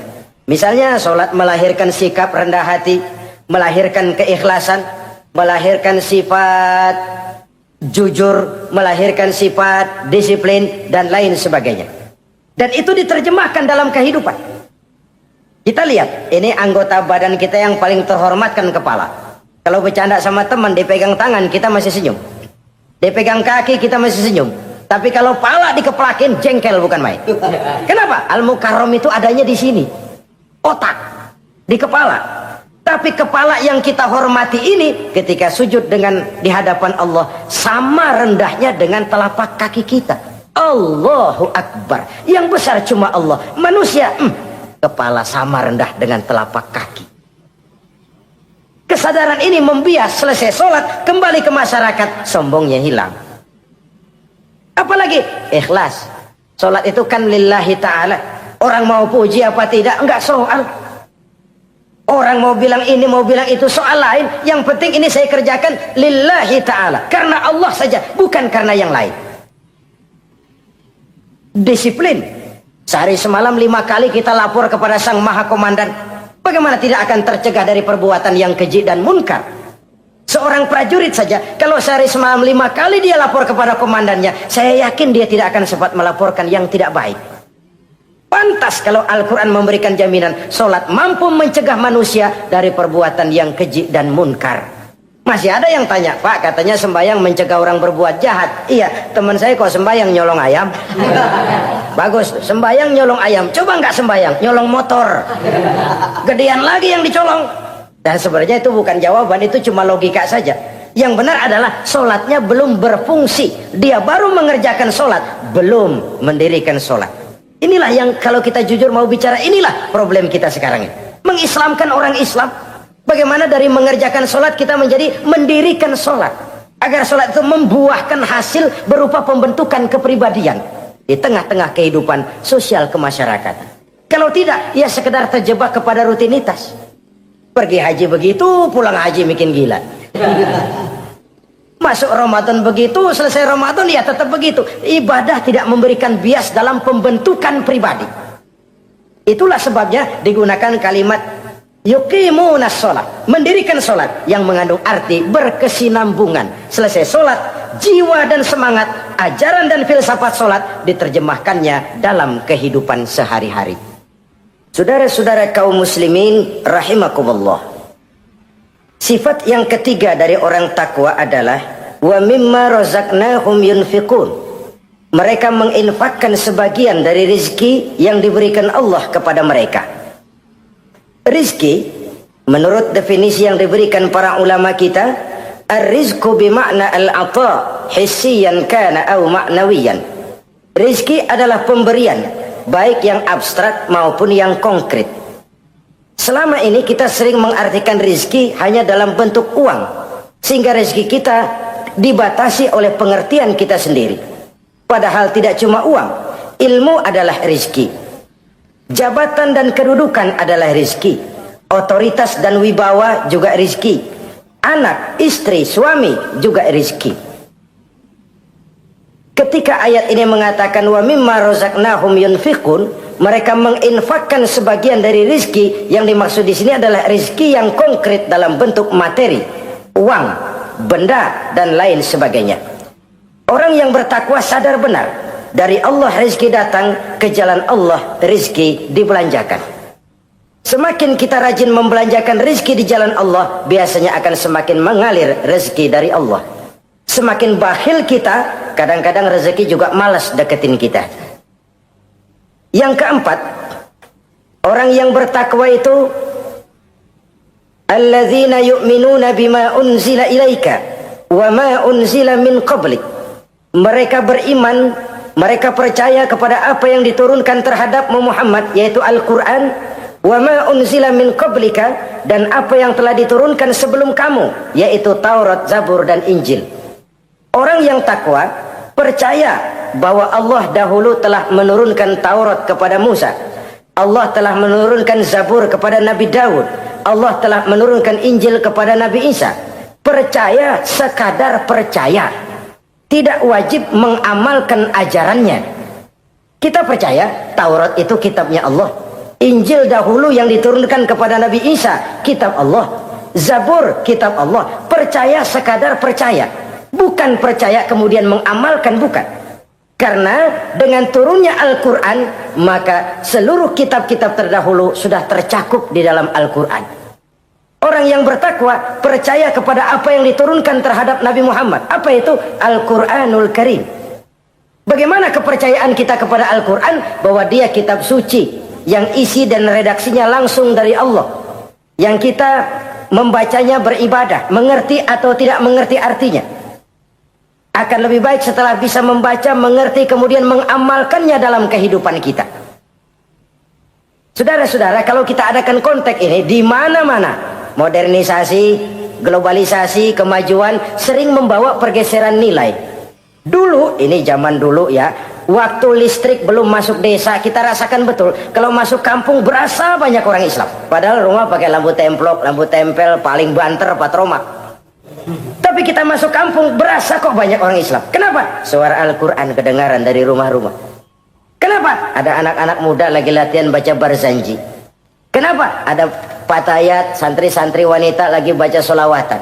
Kenapa? Nenek-nenek lagi ngapalin sifat 20 sembari nyisik. Wujud artinya ada, maka mustahil Allah. Zaman dulu terjadilah modernisasi, listrik masuk desa. Apa yang kita lihat? Rumah pada terang, terus televisi main gede-gedean, lalu radio kaset main kenceng-kencengan. Tergeserlah suara Al-Quran, apalagi solawatan, apalagi barzanjian. Apa tidak boleh? Ya boleh saja. Apa tidak bagus? Ya bagus saja. Tapi kalau harus menggeser, apalagi menggusur nilai-nilai positif, itu yang kita prihatin. Kan Nabi mengingatkan, la tattabi'anna sunnana man kana qablakum shibran bi shibrin wa zira'an bi zira'in. Kamu akan ikuti tingkah laku orang-orang sebelum kamu. Cuma ikut-ikutannya nggak berasa, sejengkal, lalu sehasta, lalu semeter, lalu 3 meter. Begitu enak kamu ikut-ikutan budaya orang lain, sampai yang kamu ikuti masuk lubang biawak, kamu akan masuk juga ke dalamnya. Inilah kehidupan kita, inilah kehidupan anak-anak kita. Jujur mereka lebih kenal Valentine Day daripada Muharram. Anak-anak kita, anak-anak muslim, kalau kita menghitung Muharram sampai Zulhijjah nggak hafal. Kalau Januari sampai Desember, anak-anak kita bangun tidur hafal. Muharram sampai Zulhijjah, jangan anaknya, bapaknya keder. Kita hanyut oleh budaya-budaya yang, ya bukan saya katakan bukan tidak baik, tapi kalau harus menggeser, apalagi menggusur yang ada kaitannya dengan nilai agama, ini kan ironi. Ikut-ikutan kita sejengkal, semeter, sampai yang diikutin masuk lubang biawak, udah kadang asik ikut, ya ikut juga nyemplung ke dalamnya. Orang sering katakan mula-mula dari nama dulu nih yang kagak begitu kelihatan pengaruhnya. Mula-mula malu pakai nama yang berbau Quran, malu pakai nama yang berbau Islam. Dari nama nanti dia pindah ke pakaian, dari pakaian dia pindah ke pergaulan. Kalau sudah pindah ke pergaulan, dikhawatirkan pindah agama pun nggak terasa. Wah, semua agama sama, semua agama bagus. Lalu bagaimana? Bagaimana musimnya aja. Ironi, menyedihkan, memilukan, bahkan memalukan. Yang tidak boleh kan fanatik kepada guru, yang tidak boleh kan fanatik kepada suku. Kalau kepada agama, fanatik itu wajib, dalam arti bukan sempit, berpegang teguh kepada agama. Satu sikap yang wajar, bahwa penganut suatu agama menganggap cuma agamanya yang benar. Itu sikap setiap penganut agama. Orang Kristen begitu, orang Hindu begitu, orang Buddha begitu. Kenapa kalau orang Islam begitu lalu dianggap ekstrim? Sebagai Muslim saya yakin cuma Islam yang benar. Kristen juga akan bilang begitu, Kristen yang benar, Buddha juga akan bilang begitu. Ini fanatisme dan wajar penganut suatu agama menganggap cuma agamanya yang benar. Yang lain juga bersikap begitu, tapi kalau Islam saja yang bilang ekstrim katanya. Dunia internasional sendiri kadang-kadang kalau sudah ekstremis, teroris, kok cepat sekali alamatnya ke Islam. Saudara-saudara kaum muslimin rahimakumullah, saya kembali kepada soal kita. Begitu enak kamu ikut-ikutan, yang kamu ikuti masuk ke lubang biawak, kamu akan ikut juga masuk ke dalamnya. Maka hati-hati bergaul, maka hati-hati memilih teman, maka baik teman pergaulan, lebih-lebih teman hidup. Karena orang sering bilang cinta itu love is blind katanya ya. Cinta itu kotok, cinta itu buta, cinta itu lamur. Nggak bisa bedain coklat, nggak bisa bedain yang lain-lain. Orang sering kehilangan pertimbangan. Demi cinta akidah terjual, demi cinta akidah tergadai. Tidak ada kemalangan yang paling malang kecuali kalau kita harus berpisah dengan akidah. Sebab itu modal dasar. Nah, orang yang bertakwa, dia beriman kepada Al-Quran. Beriman kepada Quran artinya apa? Menjadikan Quran sebagai imam dan dia sebagai makmum. Konsekuensinya, makmum harus ikut imam.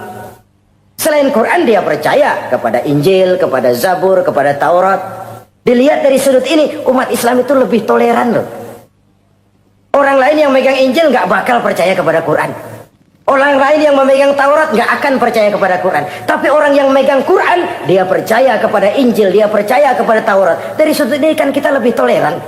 Allah dahulu menurunkan Injil kepada Isa. Yang Injil itu yang kita percaya. Yang Allah turunkan kepada Isa. Yang Allah turunkan Taurat kepada Musa. Bukan yang telah terkena intervensi dan investasi manusiawi. Dan percaya pun terbatas percaya kepada adanya, bukan kepada mengamalkannya. Kenapa? Karena ordernya udah lewat. Kita percaya Bung Karno adalah presiden pertama Republik Indonesia. Tapi kan udah lewat. Udah lewat. Kita percaya Bung Karno presiden pertama Republik Indonesia. Tapi kan udah lewat, udah selesai. Begitulah kita mempercayai Taurat, mempercayai Injil, ada, kita percaya, tapi kan udah selesai misinya. Yang berlangsung sampai akhirat nanti adalah Al-Quranul Karim. Orang yang bertakwa meyakini itu. Ini yang keempat. Yang kelima, wabil akhirati hum yuqinun. Mereka yakin, orang bertakwa ini, kepada adanya akhirat. Ah, kalau itu kan gampang, semua orang juga yakin. Loh, bukan sekedar yakin, sekedar percaya. Yalah, percaya kepada Allah, percaya kepada akhirat, pokoknya percaya. Bagaimana? Ya begitu, pokoknya percaya. Bukan itu. Kepercayaan yang memberikan refleksi. Iya ya, akhirat ada. Ada hidup sesudah mati, ada akhirat sesudah dunia. Saya memang benar kepengen cepat kaya, tapi kalau nipu orang nanti di akhirat bagaimana? Ini loh.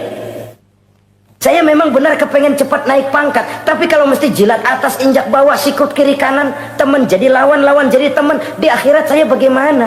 Ini loh percaya akhirat itu. Saya memang benar kepengen cepat kaya, tapi kalau makan renten nanti di akhirat bagaimana?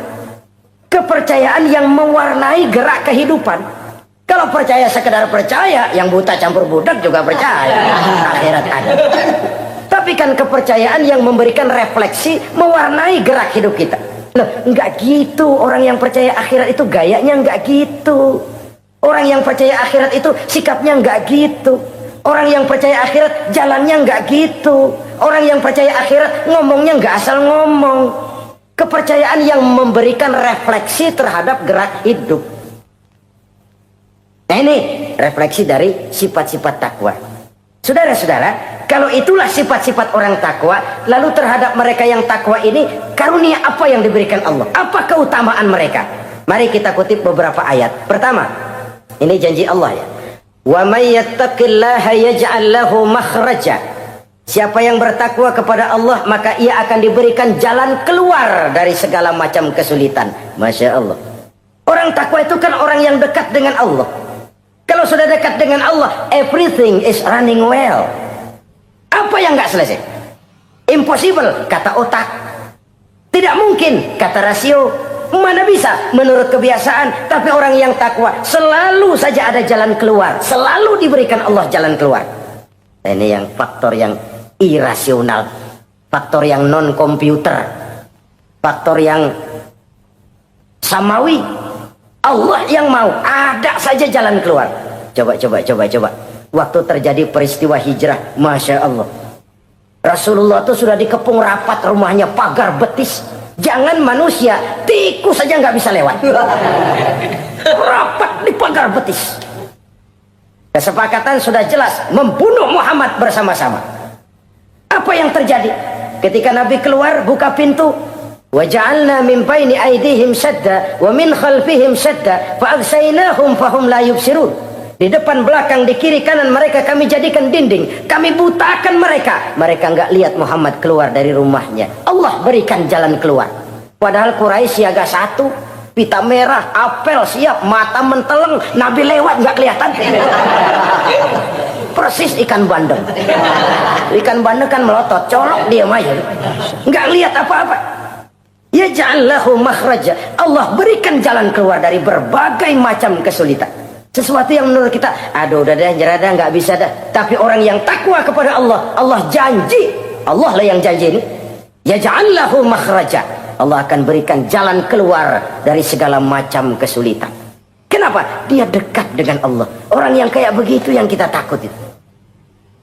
Doanya ngebul kata anak-anak. Permohonannya didengar, ratapannya dipenuhi. Allah berikan dia jalan keluar. Ada saja jalan keluarnya. Ini keistimewaan pertama dari orang yang takwa itu. Lah kalau Allah yang ngasih jalan keluar, siapa yang bisa mencegah jalan orang kayak begitu? Di pagar betis lolos. Di Gua Sur Quraisy sampai ke Gua Sur. Mencari Nabi. Kalau mereka nengok aja kelihatan. Apa yang terjadi? Dilalah.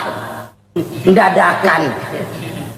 Burung bertelur di bibir goa, laba-laba bikin sarang di bibir goa. Quraisy mikir kalau Muhammad masuk kemari telur berantakan, rumah laba-laba hancur nih, nggak mungkin dia ke sini, cari ke tempat lain. Rumah laba-laba yang rapuh menggagalkan usaha Quraisy yang gagah perkasa. Yaj'allahu makhraja, Allah berikan jalan keluar. Ini yang pertama. Yang kedua, wa yarzuqhu min haitsu la yahtasib. Allah berikan rezeki dia, orang yang takwa ini, dari jalan yang tidak disangka-sangka. Rezekinya mengalir. Kenapa? Dia dekat dengan Allah. Allah maha kaya. Kadang-kadang nih orang kerjaannya sujud doang, mengangkat tangan, rezekinya ada aja. Allah yang kaya. Allah yang maha tahu. Orang yang takwa walaupun gajinya kagak ada, penghasilannya gede. Allah yang memberi.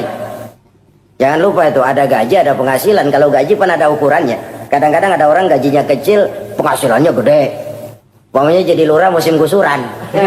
Itu penghasilan. Kalau gaji bisa diukur, tapi penghasilan gede lah. Kalau semeter komisinya sekian kan gede tuh penghasilan.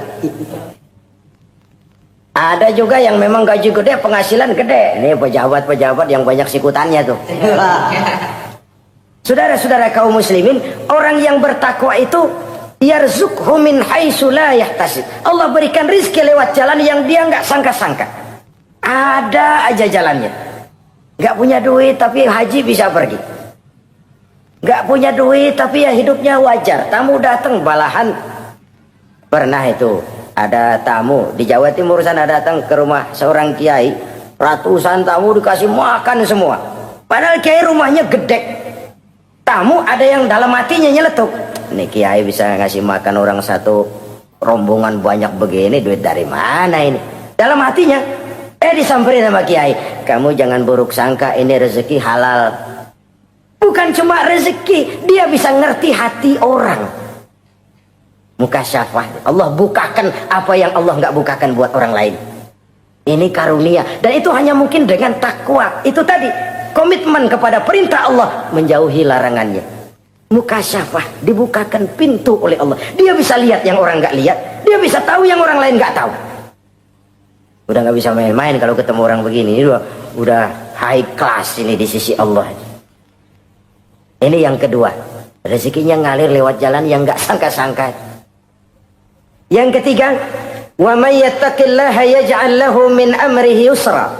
Orang yang bertakwa kepada Allah, Allah jadikan urusannya gampang. Allah mudahkan urusannya. Masya Allah. Kalau Allah yang sudah mudahkan, siapa sih yang bisa bikin sulit?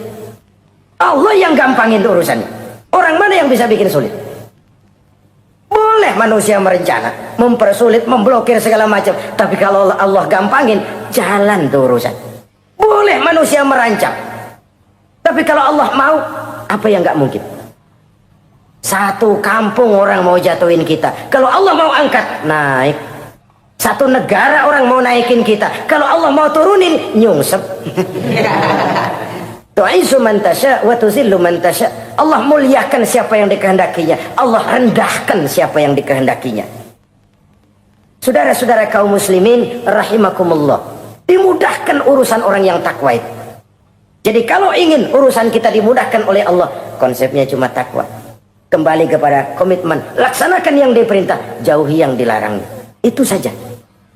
Apalagi keutamaan orang takwa itu, wa may yattaqillaha yukaffir anhu sayyi'atihi wa yu'azzim lahu ajra. Siapa yang bertakwa kepada Allah, dihapuskan segala kesalahannya yang sudah lalu. Masya Allah. Dihapuskan kesalahannya. Bahwa manusia punya salah, ya manusiawi. Tapi ada hadis menyatakan, ikuti perbuatan salahmu dengan kebaikan, niscaya kebaikan itu akan menghapus kesalahan kamu. Kalau dulu kita makan harta orang dengan zalim, kita nggak sempat minta maaf, tuh orang udah mati. Bagaimana caranya? Perbanyak sedekah. Mudah-mudahan sedekah ini menutupi kesalahan kita yang lalu memakan harta orang dengan cara yang zalim. Ikuti perbuatan salah dengan kebaikan, niscaya kebaikan itu akan menghapus kesalahan kamu. Nah, ini orang yang bertakwa, dihapuskan kesalahannya oleh Allah, direhabilitir, dia lakukan pemutihan. Yang melakukan pemutihan Allah. Kalau dosa sudah dihapuskan, Masya Allah. Coba ada hadis menyatakan, siapa orang baca Bismillahirrahmanirrahim, maka dia bisa lewat di atas air. Beku itu air. Bismillah saja bisa jalan di air. Ini bismillahnya orang yang bagaimana? Nih. Bismillahnya orang yang bobotnya ringan. Bobotnya ringan, dia bisa jalan di air. Kenapa bobotnya ringan? Dosanya pemutihan. Model kita 16 kali baca bismillah, lewat di empang kelelep aja. Bobot kita kelewat berat oleh lapisan-lapisan dosa. Makin banyak dosa, makin berat bobot. Lalu bagaimana kita mau mendapat kemudahan dari berbagai urusan? Dosa kita berlipat-lipat. Kata Imam Ghazali, hati itu kayak kaca, bening pada asalnya. Itu kan fitrah. Tiap kali kita berbuat dosa, noda, plek, plek, plek. Tapi orang yang rajin istighfar, orang yang rajin berbuat baik, noda itu dia bersihin tuh, dia lap, rek. Sehingga kaca ini walaupun dia terkena kotoran, tapi bersih lagi. Kenapa? Rajin dilap, rajin istighfar, rajin berbuat baik untuk menutupi kesalahan. Tapi kalau istighfar tidak berbuat baik, berat, itu nanti itu kotoran-kotoran di kaca itu berubah jadi tieng. Tahu tieng? Udah susah diilangin kotorannya, berkarat di atas kaca. Kalau dosa sudah berkarat di hati, susah dihapus, berat untuk taubat, berat untuk melakukan kebajikan, itu sudah kerugian besar buat kita semua. Orang yang baik bukan orang yang tidak pernah salah. Orang yang baik adalah orang yang kalau dia berbuat salah dia sadar, dijadikannya pelajaran untuk tidak diulanginya lagi pada masa yang akan datang. Manusia dalam Islam tidak dilahirkan dengan dosa, tidak. Manusia bertanggung jawab terhadap perbuatannya sendiri-sendiri. Oleh karenanya, apabila kita terjatuh berbuat salah, cepatlah adakan perbaikan. Orang yang bertakwa dihapuskan kesalahannya oleh Allah, dilakukan pemutihan. Ya sama juga televisi lah. Kita dulu udah lupa bayar, kelamaan numpuk. Akhirnya kan kata petugas, yang bulan ini bayar aja dah, yang bulan ini aja dah, yang lain mah pemutihan. Kenapa? Dia sudah lihat kita punya tanda-tanda baik, pengen membayar dengan sebagaimana mestinya. Dari ketakwaan kepada Allah. Lalu wa yu'azzim lahu ajra. Orang yang bertakwa itu diperbesar pahala kebaikannya. Masya Allah. Sudah dosa dihapus, dia diampuni, diputihkan, kebaikannya dilipat gandakan pahalanya. Padahal kita semua sama-sama maklum. Inilah kenikmatan Islam. Kalau kita berbuat jahat, dibalas dengan yang setimpal. Kalau kita berbuat baik, dibalas berlipat ganda. Wallahu yudha'ifu liman yasha. Allah melipat gandakan pahala kebaikan bagi orang yang dikehendakinya. Alangkah pemurahnya Allah. Dosa kebaikan berlipat ganda, dosa kesalahan seimbang dengan kesalahan itu. Karena itu kata para ulama sufi, kalau kamu berbuat jahat, jangan lihat besar kecilnya, tapi lihat kepada siapa kejahatan kamu lakukan. Kalau kamu mendapat kebaikan, jangan lihat besar kecilnya, tapi lihat siapa yang ngasih kebaikan itu. Kecil dosa kita lakukan, tapi kepada Allah. Sedikit karunia yang kita terima, Allah yang ngasih. Logikanya begini. Saya ketemu menteri, dikasih duit 5.000 perak, 5.000 rupiah. Karena yang ngasih menteri, itu duit barangkali saya jadiin jimat. Nggak saya belanja-belanjain. Saya simpan. Kenapa? Buat bangga-banggaan, buat cerita-ceritaan. Saya ketemu menteri masa nih 5.000 perak dikasih. Menteri yang ngasih 5.000 rupiah, saya simpan, saya jadikan kebanggaan. Bagaimana kalau yang ngasih Allah, yang serba maha kaya, maha adil, maha tahu, kita lupakan. Akaltum ni'mata rabbikum walam tashkurulah. Tiap saat kita namakan nikmat Allah, tapi kita lupa bersyukur kepadanya. Padahal Allah janjikan, makin kamu pandai bersyukur, makin aku tambah nikmatku. Tapi kalau kamu tidak pandai bersyukur, awas, azabku itu amat pedih. Jadi azab, nikmat maksud saya, bisa berubah menjadi azab kalau kita tidak pandai mensyukurinya. Saudara-saudara kaum muslimin rahimakumullah. Dari uraian singkat ini saya ambil beberapa catatan utama. Pertama, nilai manusia dalam pandangan Allah adalah ketakwaannya. 14 abad yang lalu, sebelum orang teriak-teriak tentang hak asasi, Rasulullah sudah mencanangkan semangat persamaan ketika beliau bersabda, "An-nasu kulluhum li Adam, wa Adam min turab, la fadla li arabiyyin ala ajamiyyin illa bitaqwa." Seluruh manusia berasal dari Adam. Adam diciptakan dari tanah. Tidak ada kelebihan Arab dengan yang bukan Arab kecuali takwanya. Di situ nilai manusia dalam pandangan Allah. Takwa bukanlah kulit. Oh, itu kalau sorbannya paling gede berarti paling takwa. Belum tentu. Wah, tasbihnya panjang-panjang. Belum tentu. Oh, jenggotnya jengser. Belum tentu. Oh, kumisnya tebal buat nyaring kopi kali. Itu kulit perlu, tapi isi jauh lebih penting. Sehingga Nabi katakan, at-taqwa hahuna. Takwa itu di sini, di sini, di sini, 3 kali. Di hati. Bukan di serban, bukan di tasbih, bukan di sajadah, bukan di sarung. Di sini. Di situ takwa. Penggeraknya adalah hati. Dan untuk itu Allah menyediakan fasilitas keutamaan. Diberikan jalan keluar dari berbagai kesulitan, diberikan rizki dengan jalan yang tidak disangka-sangka, dihapuskan kesalahannya, dimudahkan usahanya, diperbesar pahala kebajikannya. Karena itu, untuk mengejar posisi di hadapan Allah, tidak lain adalah takwa. Allah tidak bedakan manusia dari keturunannya, warna kulitnya, tapi dari ketakwaannya kepada Allah. Orang yang takwa disebut muttaqin, dan itulah nilai tertinggi manusia di hadapan Allah Subhanahu wa ta'ala. Semoga kita diberikan kekuatan untuk mencapai martabat takwa ini dan mendapat keutamaan-keutamaan seperti yang dijanjikan Allah. Sekian dulu jumpa kita kali ini. Insyaallah lain kesempatan kita jumpa kembali. Terima kasih atas segala perhatian. Mohon maaf atas segala kekurangan. Usikum wa iyaya bitaqwallah. Wassalamualaikum warahmatullahi